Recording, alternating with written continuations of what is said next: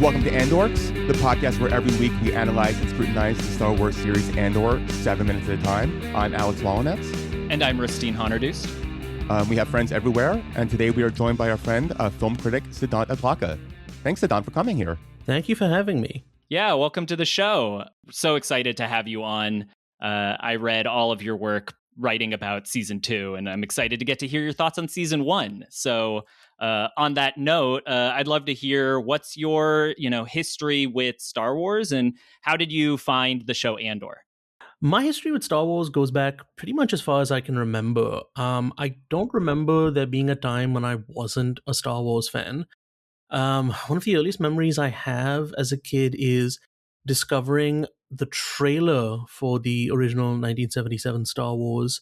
I was living in Riyadh, Saudi Arabia at the time, and I couldn't tell you what VHS I was watching. It was maybe something Disney or something like that. And while I don't remember what movie I was watching, I do remember it came with the trailer for Star Wars, and I was hooked from the moment I first saw it. I must have been about 3 or 4 years old. And at the time, you couldn't really get much by way of Western media in Saudi. And so my dad had to get like a couple of black market VHS copies of the original trilogy. In fact, it was the first 2 films, Star Wars and Empire. And then a neighbor happened to have Return of the Jedi. And yeah, been a Star Wars fan since then. You had to piece it together, finding the VHSs wherever you could. Absolutely. You identified with the smugglers as the ones who were getting the VHS. You know it. Country. We've heard a lot of stories about people finding like localized cuts of Star Wars, even if in somewhere like Pennsylvania, when it played on TV there, it would be edited in some slight way. Were these edited in any way, or were they the original, theatrical version of Star Wars? These were fully the original versions. Okay. These were legitimate copies, just sold on the black market. Gotcha. Because I visited like family in Iran, and anytime we even watch like the black market version of the movies, they would be edited to like remove any kissing was the thing I always remember. Like the end of Shrek cut out the kiss between Shrek and Fiona, so he just suddenly transformed back into Shrek was the thing I always remember about watching movies back with the family. That makes sense. I have experienced a lot of that in India, and at the time this was again in Saudi before my family moved back to India when I was about 4. But no, there was no there just was no localized version of Star Wars to speak of. So this was imported probably from the US or somewhere. I'm not really sure. I don't have those copies anymore. But yeah, it was either import illicitly or just not have access to it. Was Star Wars a thing that people around you were really familiar with, or was it something that was, unique to you that you, became a fan of? I would say it was unique to me. There was one older neighbor kid who, as I said, had Return of the Jedi on VHS, and that's how I ended up seeing that one. Mm-hmm. But I can't really remember being around too many Star Wars fans in Saudi. I did go to an English school there, a British school. So I'm sure there must have been some other kids who had seen it, but I can't remember having any conversations about it. And even, moving back to India and growing up there, I think it was maybe only when I was like 15 or 16 that I knew anyone who was really into Star Wars. I would say Star Wars became much bigger in India with the Disney films, Force Awakens onwards. Yeah, it was like a uniquely American franchise in that way. I remember like there was a lot of discussion of how The Force Awakens made way more money in America than it did like in China, because it was just a franchise that like only Americans really had this deep connection to. And so always interesting to hear how people discovered it outside of the States. If any of our listeners are in Chile and grew up with the Cerveza Cristal cuts, please email us. We'd love to have you on and discuss the Cerveza Cristal cut. I would love to add Cerveza Cristal into Andor. Would be really funny. Siddhant, how did you find Andor? So by the time Andor started, I was actually quite disillusioned with all the ancillary Star Wars media that was coming out. I think I had seen, some episodes of The Mandalorian, and I stopped watching that show maybe like 3 or 4 episodes in, and the spin-off movies like Solo and Rogue One just weren't doing it for me. So I had pretty much no interest in Andor whatsoever, to be perfectly honest. And A familiar story. yeah. And by the time it started airing, Star Wars was kind of in this dead zone for me because it was after the rise of Skywalker. And, then I started hearing that people were, interested in it as it was airing. But I decided to wait until, all the episodes were out before giving it a try because I wanted to make sure, like, it wasn't one of those, like, Marvel streaming things where, you have a couple of good episodes and then it falls off a cliff. Mm-hmm. But I didn't hear too many bad things by the time the finale aired, so then that's when I gave it a shot. Shortly after it finished airing. It was not a Surf Dracula, which was good. What about the show like resonated with you and turned you from a skeptic into a fan? I think it's what I as an adult want out of Star Wars today. A lot of adults seem to want, to be given this, feeling of when they were a kid and, have all these references thrown at them. Whereas for me, this felt like a much more mature show that also understands what George Lucas's original intention was with the 1977 film, and what has always kind of been his ethos. Because with films like American Graffiti, he's had a certain sense of nostalgia, to be sure, but that's always been couched in this real world awareness. And very pertinent to the episode that we're going to be discussing today.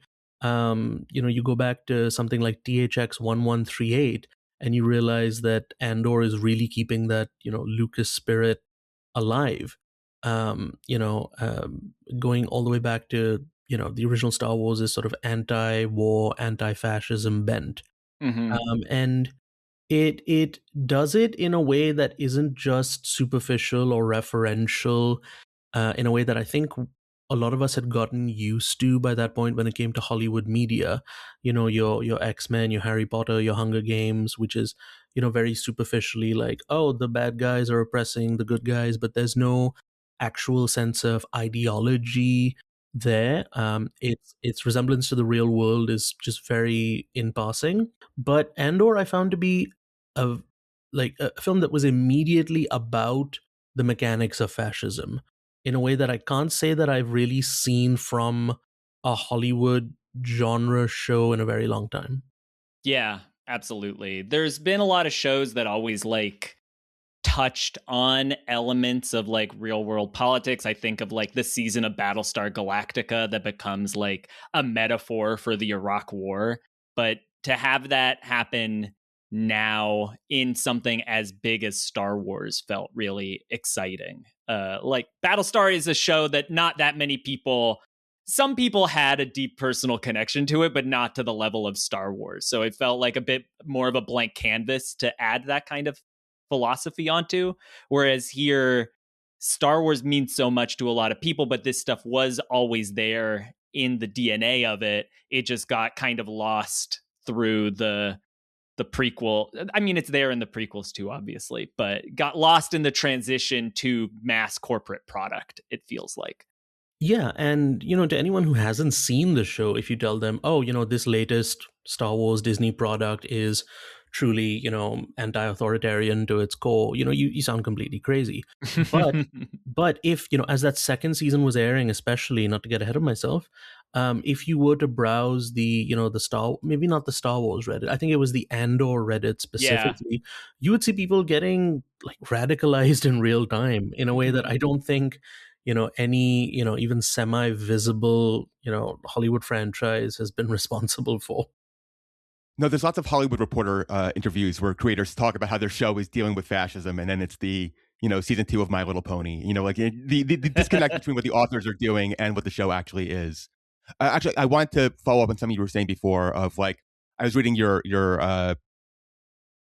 piece for Inverse about the sort of recapping season 1. And I wanted to ask you a little bit, because you said a little bit about how the show really does sort of get back to George Lucas's, political past, but also sort of has its, you said it maintains Lucas's hippie spirit. And I was wondering if you could talk a little bit about that, of like the balance of how you sort of have these shows that are both political and sort of have that sort of more, I don't even know what the right word is, but it's not just hard sci-fi. It has sort of more of a emotional vibe-based element that kind of makes it work. Yeah, I think, for a show like Andor to work, you would need a strong emotional center. And I think, Lucas has, as successful as he has been, he's also struggled in many ways. He does to not have really- a strong emotional center, I think is I think he does as a storyteller. He just often struggles with expressing it in more formal ways, because he has this very classical cinematic approach. But you take something like Andor, in which you have someone like Tony Gilroy, who has himself in the past balanced politics and drama in these very potent ways, and films like Michael Clayton. And then what you end up with is a show that balances the grandeur and the opera of Star Wars with something that feels very, very pressing. And forgive me, I can't recall specifically what I said about the hippie spirit of George Lucas, but um, I I think it's sort of self-evident in the rebelliousness of the series, because the first time I watched it, I thought to myself, okay, there's no way that Disney was actually involved in this, and just like flippantly said it to a friend of mine. But then upon reading up on the production later, no, it really was the fact that Disney was uncharacteristically hands off with the show. So there isn't nearly as much corporate interference as there is with a lot of other modern Star Wars. And then, you're allowed to have artistic voices who have an anti-war sentiment in a series called Star Wars. And as soon as you lose that disconnect, you lose what Star Wars is about. Because as long as as long as Star Wars has been around, it has had that flash to it. Of course, it has been a big sci-fi spectacle, so there is always going to be that question of what does the image inherently glorify.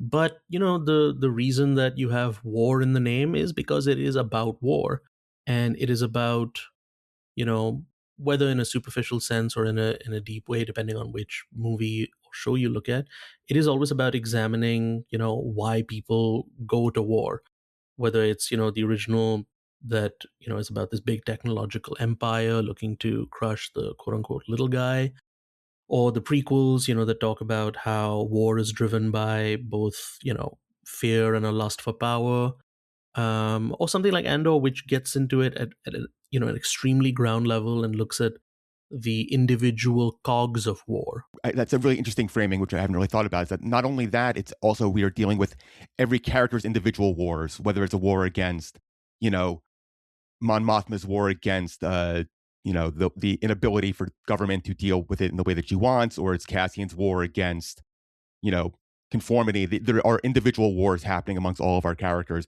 and then they are also in a collective war together, which is a really interesting way of sort of reframing what Star Wars means. That's a really good point, yeah.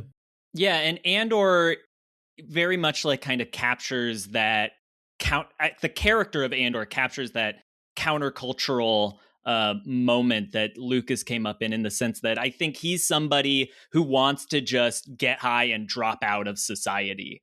But the material forces of the Empire force him out of that hole. It's almost like he would have rather been traveling the galaxy following whatever the Star Wars version of the Grateful Dead is, and instead gets arrested and ends up becoming a revolutionary. Yeah, because going into the show, all I knew was that it was about Cassian Andor, and there was, a prison arc. And so my assumption was, obviously, oh, this guy who's, stealing from the Empire is probably going to get arrested doing that at some point. But the fact that that's not what happens is something I find incredibly interesting, because he has, by the time we get to, the episode before the one we're talking about today, he has essentially escaped, or he thinks he has escaped this war. He thinks he has escaped the grasp of the Empire, but it comes for him in such a ridiculously petty way. Like he gets sent into slave labor for essentially loitering, and I think it's such an important lesson for him that even if he doesn't want to confront the encroaching fascism of the Empire, it's going to affect him one way or another. Yeah, it comes for all of us. While you're bringing that up, I had the idea of the space Grateful Dead having, the Technicolor dancing Ewoks as their design, and I looked it up, and people already sell that shirt. So there's nothing new under the sun. So go ahead. I was just going to say the Deadheads are a very enterprising people. So before we get into the episode, we like to ask our guests a very important question in honor of the late great Marc Maron and his WTF podcast. Who are your glup shittos? Sorry, the late great Marc Maron? It's a joke. We joke. It went from the late great WTF to now the late great Marc Maron. That it's now the Marc Maron. You thought we were award. Breaking the news? Yeah, it's like, a hell of a way Mark's to doing find fine. out. He's hanging out with his cats in Atwater. He's fine. Jesus, it would have really reframed the documentary I saw about him last year about his life partner passing away. Yeah. Like it needs a sequel or something. Jesus. Okay. No, he's okay. Sorry. I didn't mean to scare you. I'm sorry. Getting my head back in the game. That's gone too far. Maybe we need to reel it back. We usually say the late great WTF with Marc Maron in honor of the podcast passing away. That makes sense. The internal logic of the podcast, it just became, then it shifted. Phew. So no, my glup shitto is the one and only Dexter Jettster, the hell yeah, incredible, seemingly George Lucas inspired diner owner in Episode 2, Attack of the Clones. I know he has a life outside of that movie, in the expanded universe and whatnot. Something about helping the rebels underground after the events of Episode 3, and I think something about being an underground fighter, and also before Dex's Diner, I think owning an establishment called Dex's Donuts. But these are all things I've learned very recently. I'm not much of an expanded universe person. The reason I love him is because he's one of those CGI characters that feels so warm and human in a film and a trilogy that otherwise tends to feel a little cold and stilted because of how much focus we have on the monk-like Jedi. Mm-hmm. And from the moment you meet him, he has only one scene, but from the moment you meet him, you get this sense of history between him and Obi-Wan. The way they hug, the way they interact, and I think between him and Watto, I think Episode 2 does a truly phenomenal job of making its CGI weirdos feel kind of human. Mm-hmm. I know a lot of people will disagree with this, but I think Episode 2 is the best of the prequels. And this is a huge reason why for me. That is a newer opinion. I don't know if we've heard that on the podcast so far, but I see the case there. And I know Alex is our biggest Dexter Jettster fan. So you're among company. Yeah, I mean, I think talking about it now is I think part of the reason I think I also like Dexter is like he's like very clearly coded as like an immigrant who started his business on Coruscant. Mm-hmm. Like we so many see planets where like the aliens on this planet are just the aliens from that planet, versus Dexter has clearly made the choice of like leaving his planet to open a business somewhere else. And I think there's just like there's a frisson there that I think gives him a little bit of extra oomph. If Dexter was on a planet where everybody was his creature, he wouldn't come out as much. And also, his establishment, again, it's a very George Lucas thing. It feels, plucked straight out of American Graffiti. Mm-hmm. And you're right that, like, he brings this other side out of Obi-Wan that we rarely get to see in the prequels. Like, it feels like this is the only place that Obi-Wan can let his hair down and really just vibe and relax with, like, a chocolate malt and talking about whatever the latest gossip on Coruscant is. It's one of the only times on Coruscant we see people really be human. Mm-hmm. Which is ironic because, like, I think Obi-Wan's like the only human in there. Oh yeah. I've talked about this before, but it's it's such a layup for the Obi-Wan TV show to have been like a detective show where he just hangs out at the diner. And it was just such a huge missed opportunity. I will never forgive them for missing that. What I wouldn't give. But speaking of the human personal level, should we start going into the episode? Yeah, I think with that, we should dive into our 7 minutes of Andor for this week. Right. So previously on Andor, Dedrill and Cyril compared notes on Cassian's actions. Dedra gets permission to take over the search for Cassian, and Cassian is taken to prison where he's asked to show feet for free. And with the prisoners' hands behind their backs, a group of soldiers with big chunky boots approach them, and the transport ship flies away. And I can only describe the sneakers as like Back to the Future 2 level donkeys. I'm sure if they made those now, it would be very. Has anyone made a replica now? I feel like that would be very expensive. I don't think they ever sold the Narkina 5 security boots, but I'm sure that people have made them of their own volition. I'm looking on. What's it? SneakX? What's the sneaker site? But yeah. So one of the prisoners tells Cassian to quote, "Breathe deep, brother. This might be the last fresh air we ever taste." Before a guard welcomes them formally to Narkina 5, he tells them that it's an imperial factory and they've been assessed as labor worthy. They'll soon be brought up to their sections and given more instructions. And while their time of stay is determined, the quality of that time is up to the prisoners. Yeah, this imperial warden makes a name for himself with how much he's kind of relishing giving this speech. But I think it's also interesting that like we see that he's flanked by all these other security officers, but they're clearly not the Empire's like A team. One of them is like this child, and there's like another like kind of pudgy older guy behind them. And I think it's just like an interesting bit of casting that the Empire doesn't feel the need to put its biggest, strongest troops here on Narkina. These guys have worked for Preox Morlana. They're sort of like they're not sending their best.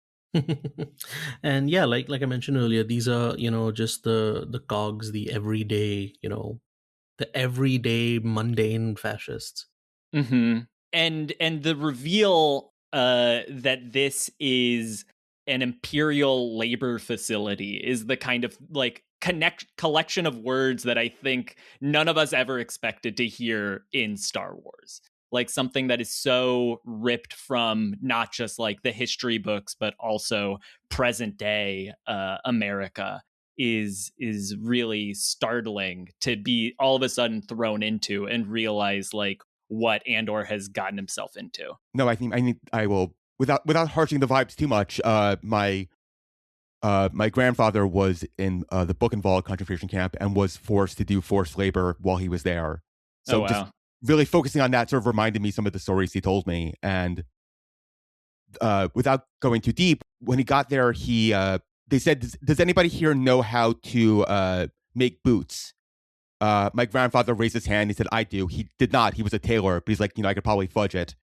And then along with that, he was then working in the ammunition factory. Wow. And one day they came in and they said, "There's been sabotage. People have installed the bullets backwards. Everyone out. You're all going to the Himmel commander, which is the commander in the sky." And as they're pulling them out, this one Nazi goes, "You can't take that Jew. He makes my boots." And like pulled him out of the line, and that's the reason he survived. Everyone else in the so yeah, it's yeah, like I said, I was not expecting. It kind of hits you hard when like, oh, this is in Star Wars, which is such a rare sort of narrative to hear. Yeah, because so much of Star Wars' politics has been kind of trapped in amber ever since the original films. I think everybody who's tried to make a Star Wars since Lucas, especially in the Disney era, has just focused on what those movies were, whether it's the originals or the prequels, and kind of extrapolated from there instead of really doing what he did originally, which was filter the real world through this sci-fi lens. Yeah, because this warden comes out and there's a long tradition of sadistic prison wardens in film and TV. But the fact that this is somebody who is working for an imperial factory and clearly relishing giving the speech in a way that it just feels so much more real than anything we've seen in Star Wars. Like, there's so many bad imperial officers out there, but something about this actor and his performance just makes it feel so tangible in a way that you're slowly starting to realize just how fucked Andor is as the scene goes on. Yeah, and even before you figure out the specifics, just the introduction of the prisoners with those barefooted shots. And I know that's something that a lot of people, will find it easy to make fun of, but barefootedness in cinema and television is such an instant indicator of vulnerability as well. And between like the contrast between the boots and the bare feet of the prisoners, you can immediately sense a power differential and a size differential just before you see anyone's faces, before anyone starts speaking. So I think that's like truly excellent storytelling. You're right, because like these boots are adding an extra like 3 inches to all of these officers so they can send like these little kids and older people and make them feel taller by virtue of giving them these big chunky boots. No, talking about that thing, my mind sort of flashed back to, the beginning of like the Apu trilogies of just how much like shoes and feet are such an important thing of class and what power you have. And I think that's a really good point of, that it being such a power differential and also be like a class differential of, we are the ones in formal clothes. You are the peasants with empty feet. And I think that is a very keen observation. Yeah, and I think it also, like, for me as someone who has both grown up with Indian cinema, you mentioned the Oppo trilogy, but also with Western action movies like Die Hard, you immediately get the feeling of something bad could happen to these exposed feet on this cold floor, and then that is what happens very soon after. Not in the same way as Die Hard, but the prisoners being barefoot throughout this arc, it is a direct connection to danger throughout, because if they had whether it was those boots or any kind of rubber soles, they would be completely safe. I think for the guard who's giving his speech, this is his favorite part of the day. Oh god. Like the rest of the day is boring, but this is the day he gets to be.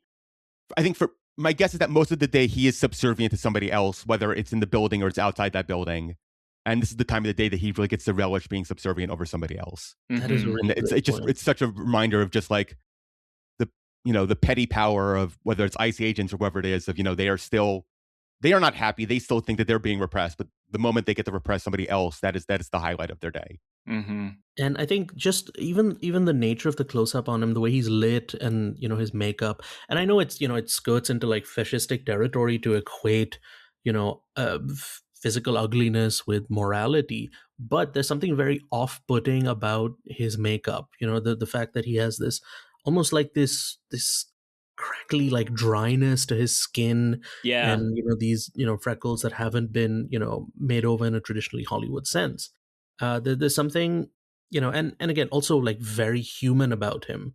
They aren't like glossing over the fact that this is just another person who like you said, Alex, is probably just exerting what little power he's able to on a normal day.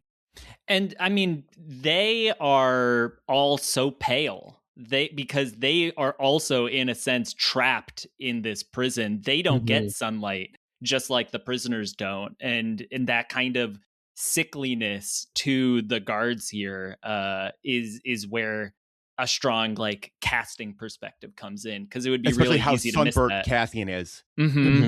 After his time in Miami, he's got a good glow. So I think continuing on, the guard points out to the group, those who have been incarcerated before will be surprised by the calm sanitary conditions and our minimally invasive enforcement techniques.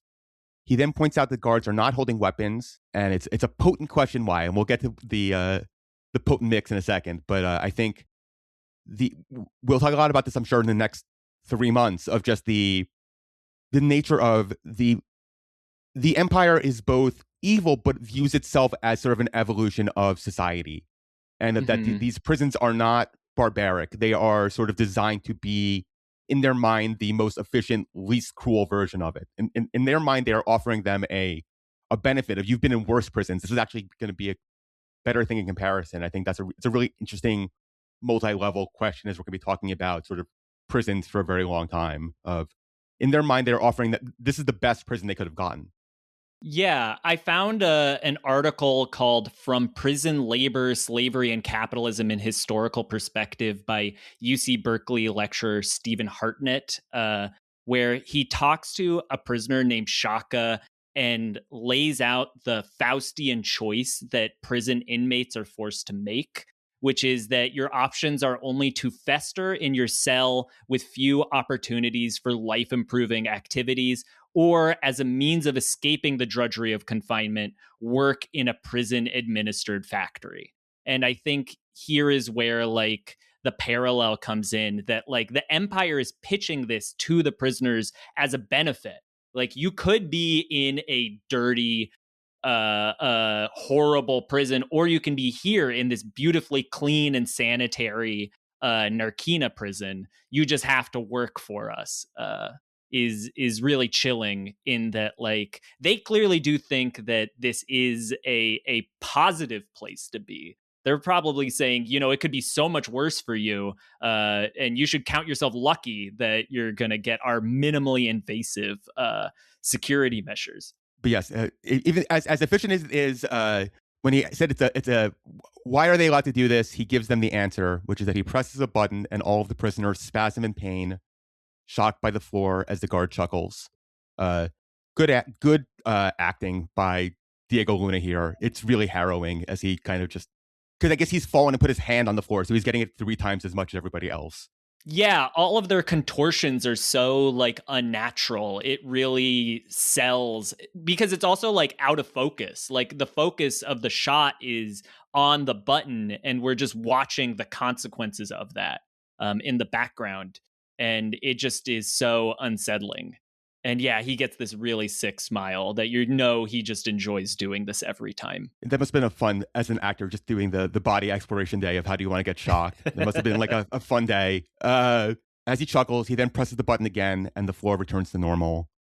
And he tells him that was only pain level 1 of 3. But if the prisoners act properly, this could just be a memory. And they continue on their way into the prison. Any thoughts before we return to Cyril and Dedra? Yeah, and not to suggest that the measure isn't inherently cruel, but demonstrating it, just because you can, is doubly so.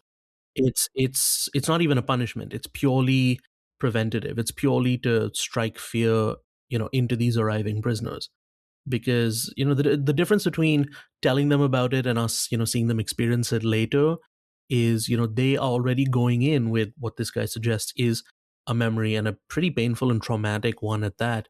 And it gives you a sense of, how casually cruel and traumatizing this whole situation is. Yeah, there's nothing like the first time you get zapped, because you truly have no frame of reference for what's about to happen. And I think that's why he's enjoying it so much. Yeah, and just to come back to the performances of the prisoners, in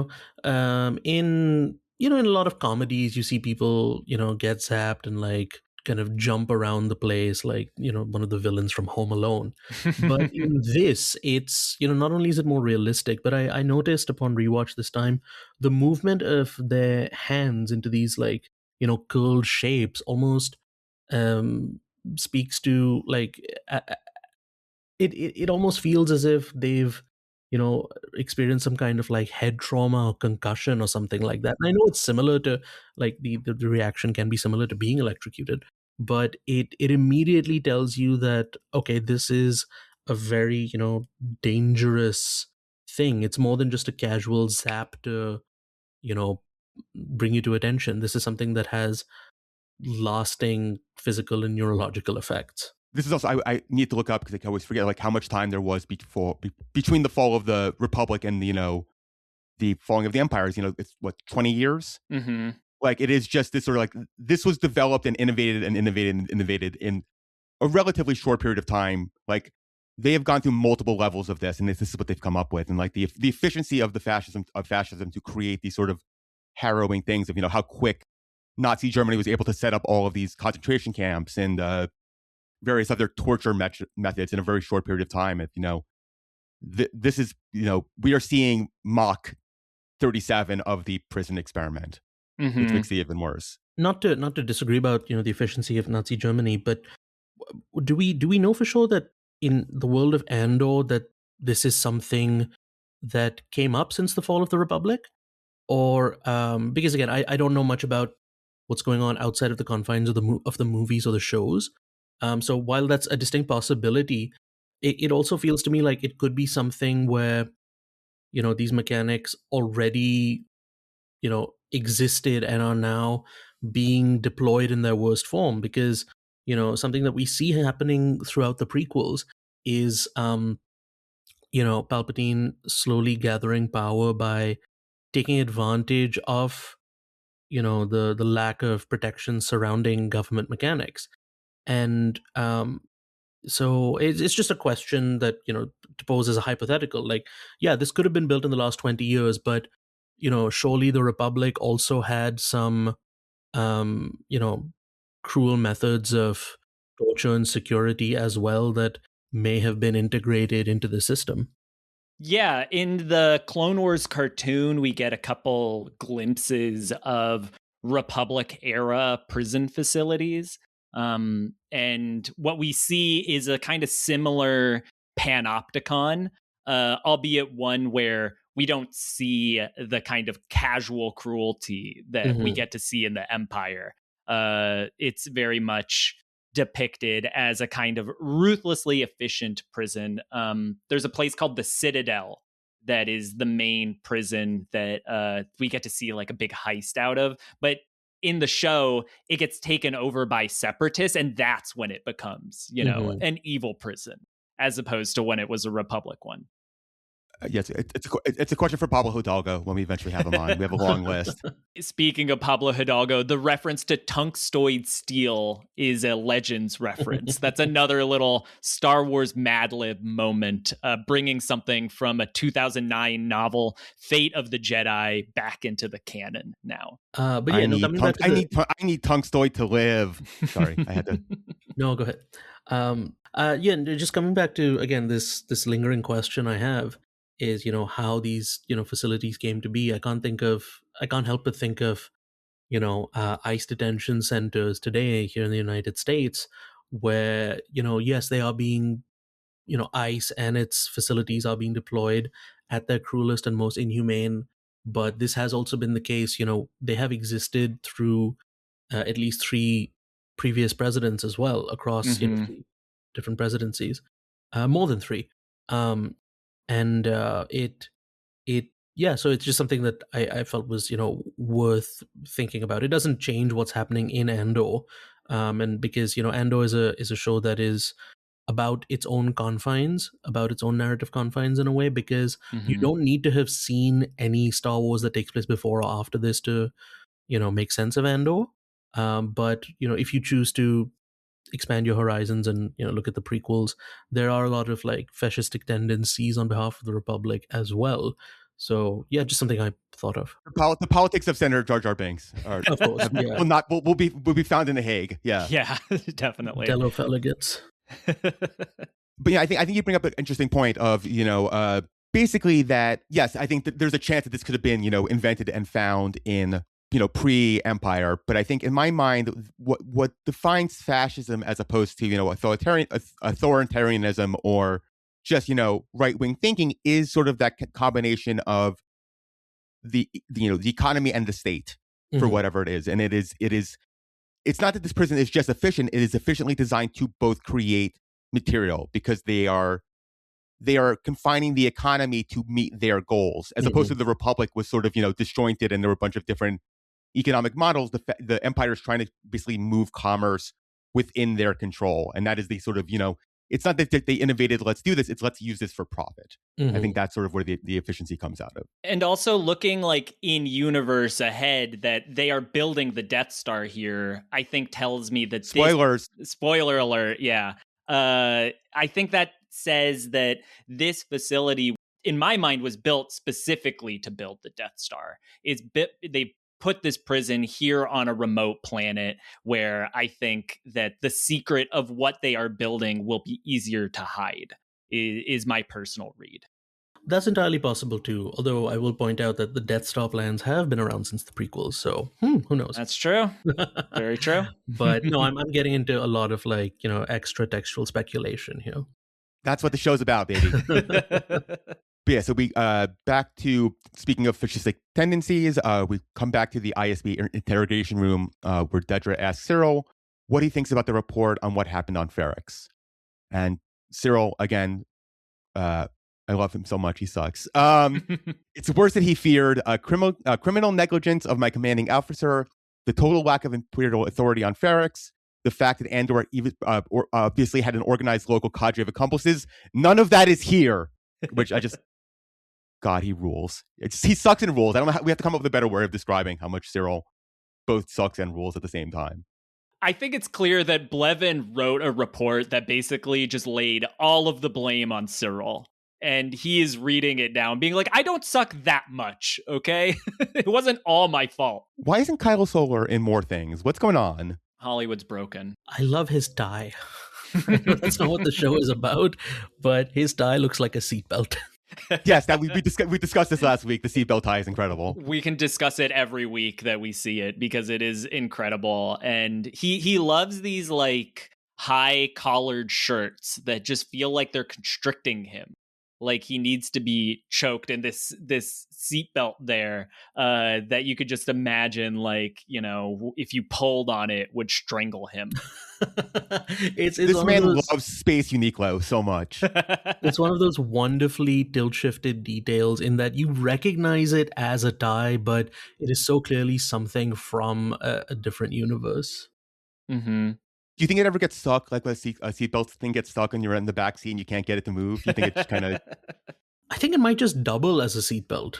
Like you could just attach it to like the little buckle things where you would normally like click in a seatbelt. That implies that like the whole thing is like a harness that goes around his body. I mean, knowing him. And then you attach it like between your legs like it's a roller coaster. Yeah, exactly. Maximum efficiency. Mm-hmm.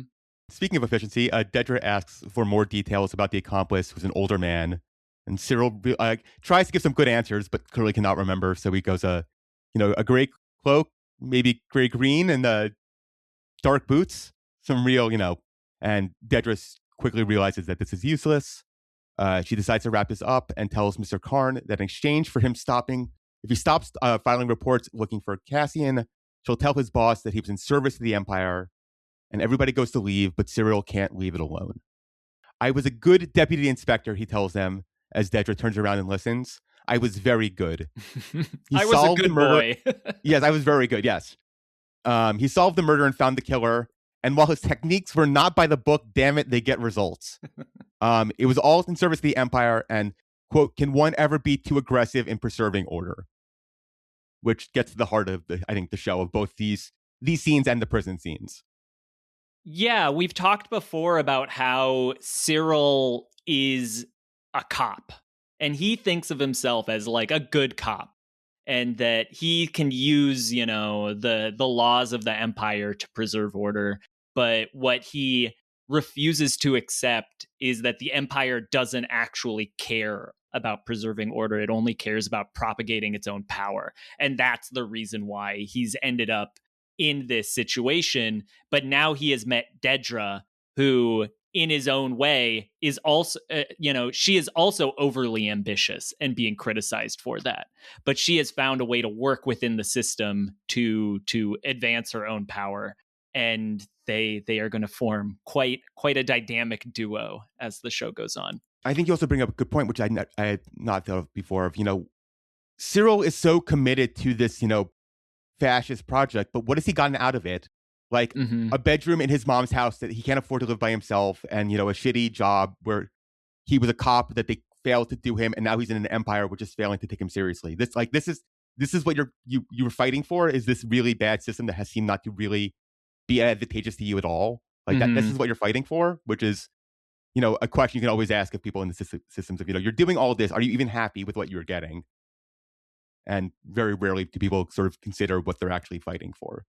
And a small detail I love about this scene is, whether it's for Cyril or for Dedra, The whole conversation is framed as being watched by other people silently, as if, you know, even this conversation is, you know, a formality. It's for show, and also, you know, everyone in that room is in a way answerable to someone else, someone higher, and it's just another reminder of how, you know, in the grand scheme of things, how insignificant these people and their thoughts and feelings can be made to be. You know, the same way, you know, on the other side of things, the prisoners are making these, you know, individual little devices that later we find out have this grander purpose, but it all feels so painfully insignificant in the moment, despite the fact that, you know, we're very attached to all of these characters. So yeah, Dedra, when he, in response to his question of can one ever be too aggressive, Dedra is not really convinced, and she wishes him luck and goes to leave. But Cyril still won't let her leave. Tells her it's clear that she needs Cassian and his partner, and he can be valuable. At this point, Dedra, sorry, Rusteen, do you want to? I was just going to shout out that, you know, earlier he said that he could recognize Luthen's voice. And I think that's where he thinks that he can be valuable. And that does feel like a Chekhov's gun that never got to materialize on the show. That perhaps in like the 5-season version of Andor, we would have gotten to see, you know, Cyril and Dedra rising through the ranks of the Empire and eventually crossing paths with Luthen and Cyril recognizing that voice again. But that wasn't the story we ended up getting, and I think speaks to the ways in which TV can set up things in its first seasons that then have to change due to the nature of production. He has sort of like a Swedish accent, but very clearly worked on his English. He's done a very good job of hiding it, but it kind of lacks any sort of slang or accent to it that it is still distinctly Swedish. But yeah, Dedra gets really scary for the first time and makes it clear to him, basically keep doing this shit and he won't like who talks to him next. Forget this happened. And then we get one last like sick smile. We got the warden smile, but here Cyril, a smirk creeps across his face as he's realized he's met somebody who shares his interest in catching Andor, and whether she likes it or not, he's gonna help her. To quote the dean from Community, I hope this doesn't awaken anything in me. Any final thoughts on Cyril Karn? This is the last we're going to see of him for a little while, I think. Nothing that you folks haven't already said, just that he's such a worm. He's so pathetic, and that is what makes him such a compelling character, because, you know, this is the only thing he has going for him. Mm-hmm. You know, like, you know, being in service of a cruel and crushing machine. You know, he kind of, you know, and a machine that is ready to steamroll him at a moment's notice. And I think also being this close to the halls of power, I think is, you know, interesting for Cyril in a way. Like, yes, he's the one being interrogated and dressed down, but he truly has never been this close to power before. And I think, you know, part of that is, you know, why he's attracted to Dedra as well, because she is powerful and in a position of power. I mean, yeah, he grew up on level 91 in the Metropolis-esque the sense of of Coruscant. You know, he's actually on the top level for once. And Dedra grew up in Imperial kindergarten and has now risen up. Like, I think that Cyril can sense that they come from the same place and they are both striving to rise up the ranks of the Empire for the same reason, but he wants to like ride her coattails up to the top, and she feels like he's a sniveling worm who is not worth her time. And no matter how hard she tries, he always has to have the last word with her, thinking that like I can say something that is going to convince her to let me join the team. I can demonstrate my value in some way, so that way I can still be of service. I mean, not to get too Freudian, but there is a very interesting dynamic between her and his also relationship with Edie. I don't like it when mommy gets mad at me, but I like it when Dedra gets mad at me. And apologies for jumping too far ahead, but it is really great how, you know, at the very end of season 2, Dedra ends up in these same exact spaces. Mm-hmm. This particular interrogation room, and then the prison in the other half of the episode. Yeah, not to date this episode, but there's a lot of memes now going around of Pam Bondi in that shot of Dedra at the end. Eventually, it's gonna come for you too. Mm-hmm. But first, So, it's here with Andor, unless we have any final thoughts. Yeah, because we come back to Narkina as Andor is walked through the complex and told to stand on program, which means hands on head, eyes front, feet on the floor. Not really sure where else the feet could go, but, we'll leave that for another day. And then one of the guards, who I can only describe as a Clint Howard type, threatens to zap Andor with a zap rod, while the others bicker about how they're understaffed for this prisoner delivery. One of the guards is dealing with a tech glitch, and they're so understaffed that it's thrown off the delivery timing for the floor. And the guards are shouting a variety of conflicting commands at Andor. Eyes forward, stop, forward, step forward, now move, stop. And then the delayed guard finally arrives and explains that he had to wait because they're shorthanded on a different floor. And they don't have any more time to dilly-dally, and so they send Andor down. And so I think one of the things that's really easy to miss the first time you're watching this episode is how critical it is that this facility has like minimal staff to it. That we see like this wall of boots, kind of a mirrored of the wall of gloves that we had on Ferrix. But here there's only like 4 boots that could be worn. There's only 4 more men that could be added to this floor at maximum. And that's something I think Andor is picking up on in this scene, that the Empire clearly doesn't think that it is worth putting more men down here.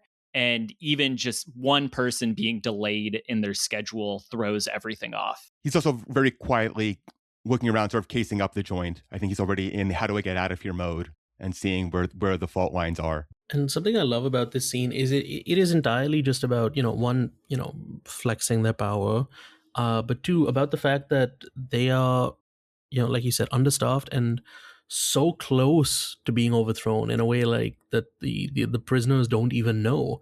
And it kind of takes me back to like Nemec's manifesto about how authority is brittle and how it's of course he's speaking in an emotional sense and a psychological sense, but here you get it in a structural sense as well, that yes, there is this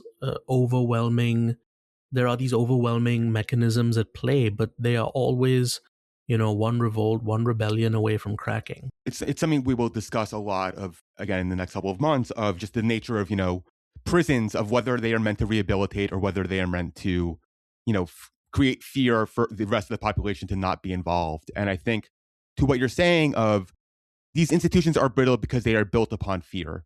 They are brittle because everyone is sort of scared that they are going to be the one who fucks up, and there is not a trust or belief that they are doing something because it's the best idea. They're doing it because they don't want to be noticed. And those institutions that are always built on those things are brittle because there is no shared belief or goal in creating something better. It's only about your individual fear. And that's why these things often fall apart.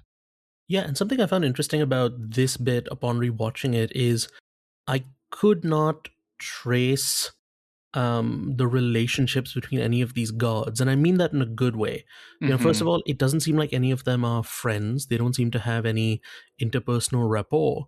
But also through the interactions, you can't always tell what the exact hierarchy is because, much like that guy who gives the speech about electrocuting the prisoners, it seems like everyone is trying to get, in some small way, one up on the other person. Like, you were late. No, we were understaffed. You don't know this. And it's very small and subtle, but it's really effective world building, to do with the fact that, these people are not a cohesive unit. Yeah, they are clearly unhappy with their situation. But I think something that we kind of pick up on through the whole show is it seems like every Imperial officer hates whatever station they've been put on. The troops on Aldhani complain about how no one picks Aldhani as their place to go, but you could be down here on Narkina instead. I have to imagine even the people on the Death Star are complaining about being on the Death Star, that like, man, that Darth Vader guy is a real fucking pain in the ass. You never know when he's going to come by and choke somebody out.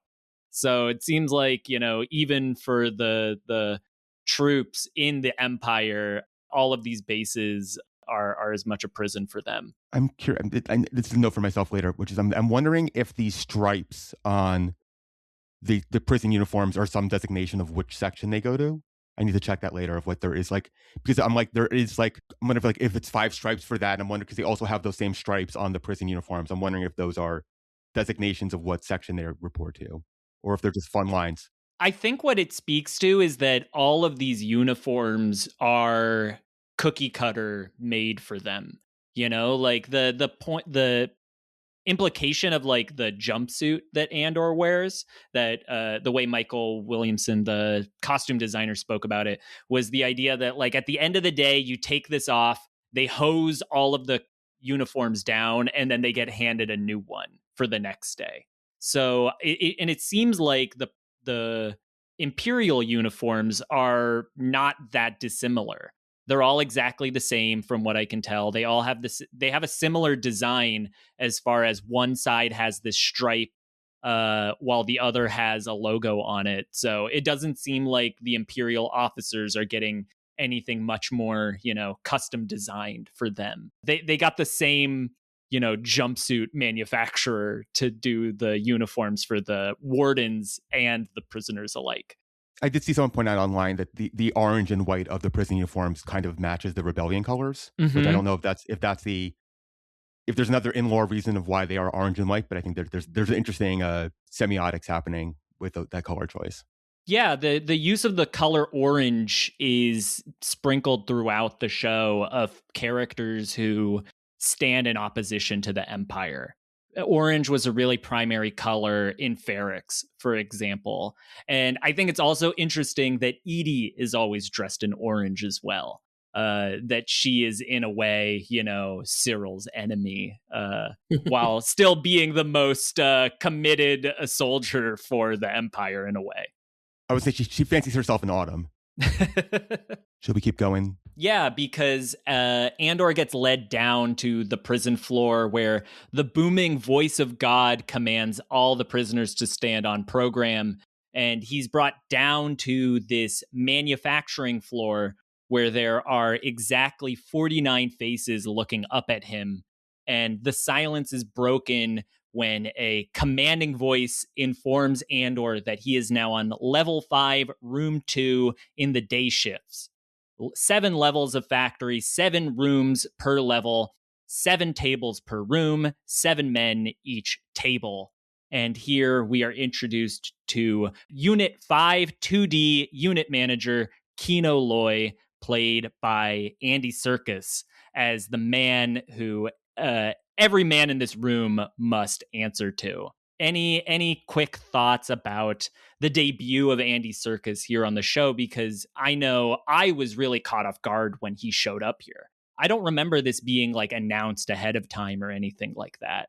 That our Grand Admiral Snoke had a doppelganger in the Star Wars universe. Is he the first major actor who's played 2 major roles in the Star Wars universe? I would say a lot of actors who play, aliens and digital characters often get to show up again as their real self. Like Warwick Davis plays a lot of characters and then also shows up as himself, but it's usually as a kind of bit or like a cameo. It's not often that they get to play 2 central characters like Andy does. I'm guessing Tamara Morrison has probably played the most characters in Star Wars. True. Very true. What I love about Kino Loy, especially in this introduction, is that he is immediately both an ally and an adversary. He is on the same side of things as Andor. He has the same uniform. He is, barefoot on the manufacturing floor. But the Empire, through the promise of freedom, has essentially, turned him into a hurdle, and a sort of willing hurdle for the other prisoners.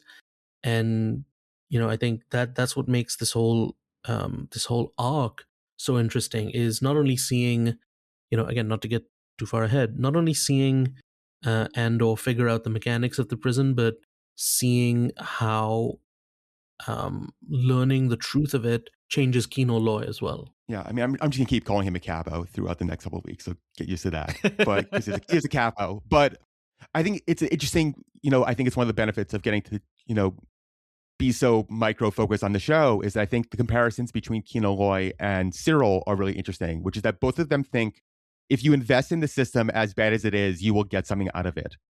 And he right now believes that this will lead to his benefit, and it's him realizing that system is a failure is the narrative that he's going to go through. In the same way that it'll take Cyril 2 seasons to figure that out. Yeah, because Kino clearly has this position of authority here that he feels like he's earned. Like when the guards leave, they shut the door behind him, and Andor looks really confused. He looks around like, wait, why are they going? And Kino explains that you're not going to see them again. They only come to pick up the dead and bring their replacements. And he explains how he's the one in charge here. And he actually ends up shouting the command to go off program, which then brings the manufacturing floor to life. Like in just the span of like 45 seconds, we get to see just how powerful and influential this character is in a way that is really startling. The idea that a prisoner would be in charge of the prison really catches Andor off guard. Yeah, it's such an interesting way of turning an entire class of people against themselves in a way, and also making them responsible for their own oppression. It's a very almost divide and conquer tactic that you see a lot of colonial powers using. Yeah, like Kino clearly sees the lack of presence of the guards as a depiction of their power. Like he thinks they are so powerful that they don't need to be here. Whereas the truth is that they're not there watching them because they can't afford the manpower to do that. It would be too taxing on the prison guards for them to have somebody in each room keeping an eye on things. And that realization is what Andor is going to have to make Kino realize. Yeah, and he's sort of the product of their outsourcing. Yeah, because he gives Andor, or I should say Keef Gergo, a walk and talk explaining that he'll be working a 12-hour shift here where productivity is encouraged and evaluation is constant. And he shows Andor that he'll be joining Table 5, which is right now in last place because you're not on the line. And Kino shows off a tablet detailing the scores for all the tables in the room and explains that you play against all the other tables in this room. I play against all the other rooms. And Andor bristles at this word play. And I think that's a really interesting use of that word. That like the Empire has gamified prison labor. That is how they have kind of, I don't know if tricked is the right word here, but convinced Kino to participate in the system, saying like, if you can win this game, it's going to work out better for you. The first several times I saw the show, my takeaway was that, yeah, it's obviously, depraved what the Empire is doing. And they have, gamified it one way or another. But upon closer inspection of just these 7 minutes, I have to wonder if the word game is something that Kino himself has intuited and decided to use. Because, Andor questions his use of it and he says, call it whatever you want. So I have to wonder if it's his, if he's been, indoctrinated to think of it a certain way and he comes up with the phrase, or it's his way of like, maybe even softening or coping with what he's doing in service of, one, the Empire, but two, his own, freedom, which is, it's self-preservation instinct, but it is also a selfish action because he then has to, become the oppressor to everyone else. And I have to wonder if that's his way of just softening the blow for himself. So you're saying he turned into a giant game of Candy Crush? In a way, yeah. Yeah. I think you're right. It does feel like a coping mechanism on Kino's part, a way for him to justify what he's doing, or at least make sense of it. That like, I'm not, forcing people to, work themselves to death. I'm playing a game, and the game is one of strength and endurance. And if I can whip my team into shape, we'll win this game, and we're going to get a trophy at the end, which is that we actually get to leave. Because he explains that the point of this conversation is that Kino only has 249 days left on his sentence, and he's not going to let Andor fuck that up for him. He explains how he has a free hand in how he runs this room, and he's used to being in the top 3 on that level. And he sarcastically says, I'm sensing you understand me. And so, yeah, I think you're totally right that this is like a coping mechanism for him, or at least like how he has justified all of this, his, actions in this moment. There's a quote I was looking for from Primo Levi, who was a Holocaust survivor, and it was, quote, monsters exist, but they are too few in numbers to be truly dangerous. More dangerous are the common men, the functionaries ready to believe and to act without asking questions. I think that's a very apt quote for what we're talking about. But in a sense, I think, I think it's easy to be critical of Kino and like the role that he plays. But I would say that he's clearly somebody who cares about the men on his floor. He is in a way doing this. He's playing the part of like the tough dad for the floor because he wants to get all of them out of there. And he thinks in the same way that Clem thought that if we could just keep our heads down and not, draw the ire of the Empire, we're all going to be safer for it. I think that's what Kino's doing. I think that he sees himself as protecting the people on this floor by helping shepherd them through this game and ultimately out the other side. Yeah, I think he's not a monster. He is somebody who is trying to do the best that he can in the situation that he's in. But ultimately, we see that the best way to beat this thing is not to play the game. It's to break the chessboard. But it will take them a while to get there. Any final thoughts on Kino and this manufacturing floor? Your scene cuts off in the middle of a conversation as per the arbitrary restrictions we put on our podcast to end after 7 minutes. I think the last thing I have to say about Kino Loy is that Andy Serkis is just such a great actor. And, we often think of him as, the motion capture guy. But one of the reasons he has succeeded is because he has such a, emotional volatility to him.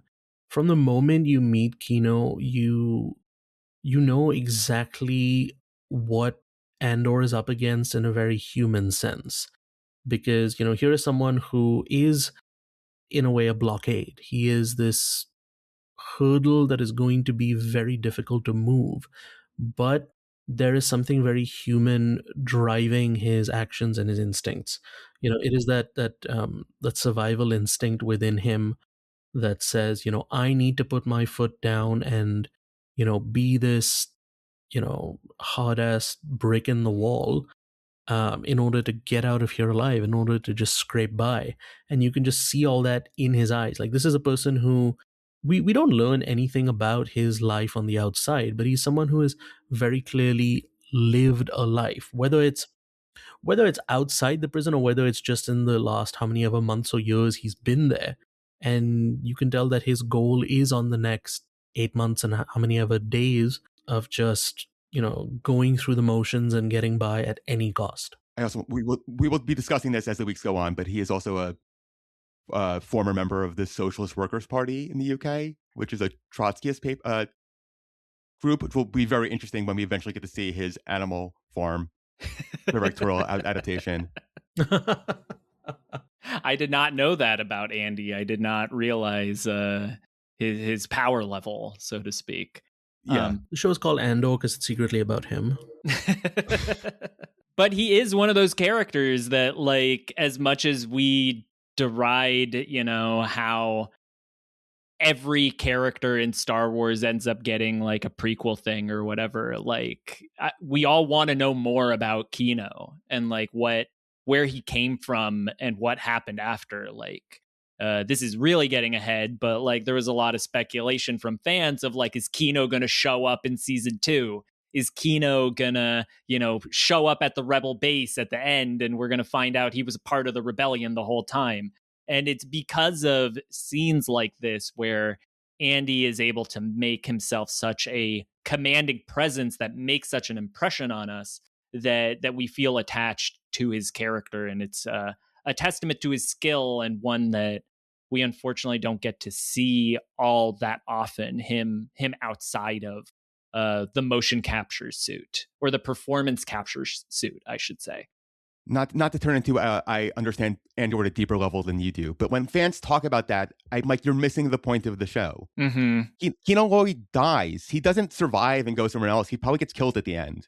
Like, the whole point of this is that rebellions come out of a million people making, it's the Nemec Manifesto. It's a million people making small decisions. It's not just everyone that was good is involved gets to have their hero moment at the end. It's a loose coalition of things, and having that mentality of the world exists as a fictional narrative that has a beginning, middle, and end is counterintuitive to actually how you really create change. And I think, like, if you're watching Andor, you have to understand that we're just watching Cassian's because it is the one that is chosen, but there are a million other things happening in the background that are as important.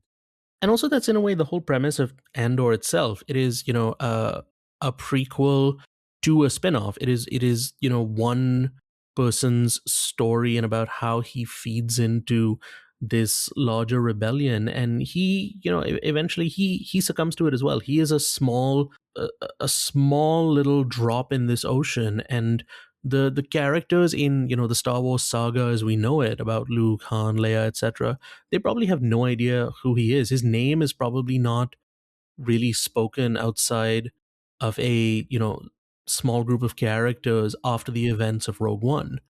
And it's, it's even further true for Kino. But, without his sacrifice, you don't get this spark being lit on Narkina 5, which has its own domino effect. And it's one of, likely many, many domino effects happening around the galaxy. Yeah, everybody in the Empire has this feeling of helplessness that, like, there's nothing I can do to change this situation. There's nothing I can do to fight back. And so what I need to do is I need to just keep my head down, and I need to protect myself and my family. And then someone else can maybe figure out a way out of this.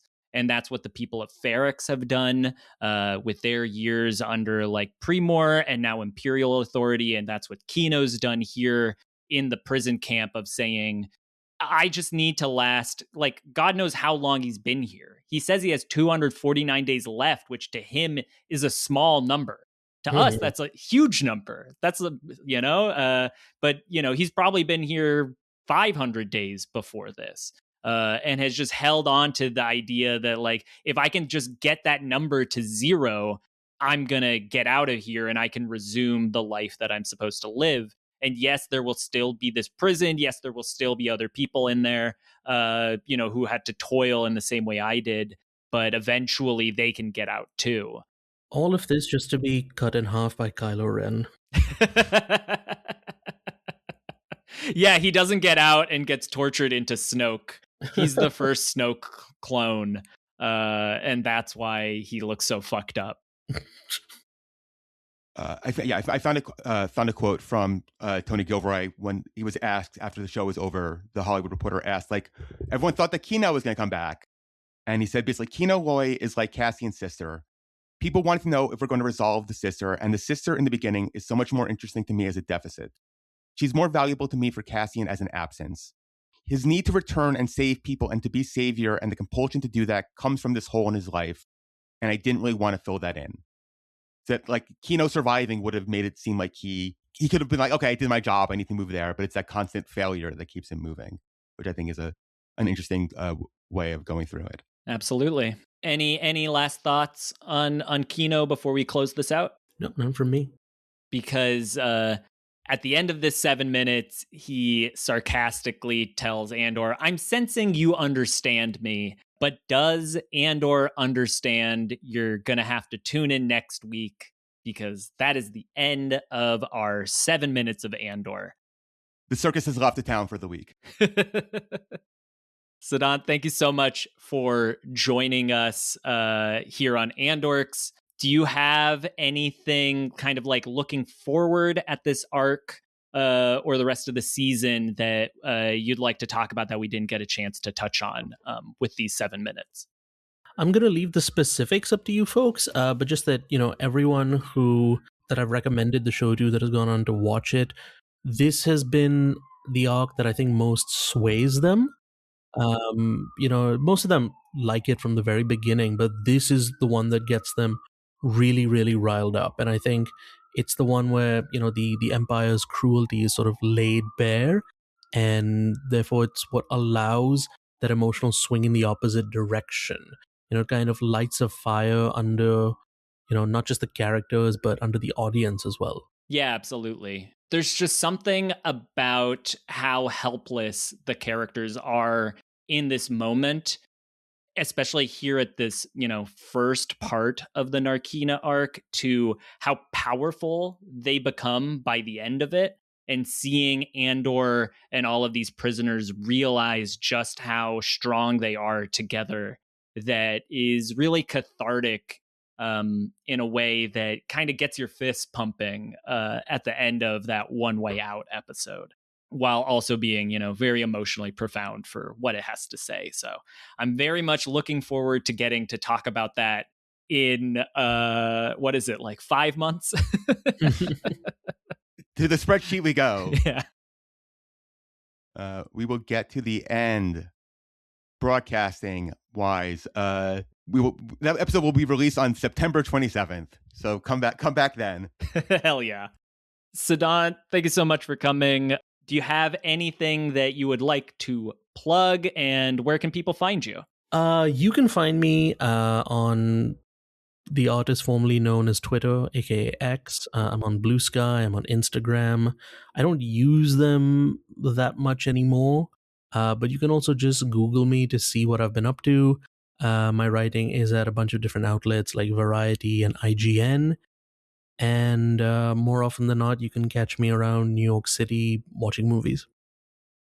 I want to shout out your essay in the Criterion release of Resurrection, just because I'm never going to get a chance to bring up Resurrection on this podcast, probably again. And thank you so much. Rusteen, have you seen it yet? I have not had a chance to watch it yet, Rusteen, but it's on my watch list. I don't refuse to watch it. I just need to watch it. Slow cinema. And I argue that Resurrection is not slow cinema, so I'm hoping you can resolve that argument. Or convince Rusteen to see it. I think it is. It absolutely is. But it is also like some of the most exciting slow cinema you're ever going to watch.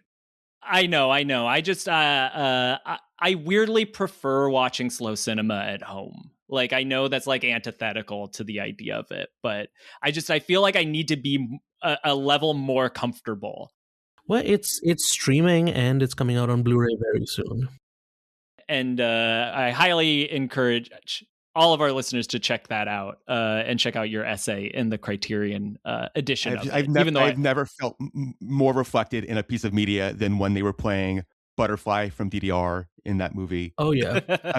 I could like feel Begone as the same age, like just holding hands across countries, being like, you too were a chubby 12-year-old dancing to these songs, and I see you, brother. And that was a very important moment in cinema for me. Between that and Jurjanka's Caught by the Tides, it's going to be a real big comeback for that song. Millennials have finally taken control. It's finally happened. Yeah, I mean, not to get like crazy off topic, but that song was huge in China at the turn of the century, and we are in the era of chinamaxxing. So you've met Andorks at a very Chinese time of our podcast. It's true. President Xi, our country yearns for freedom.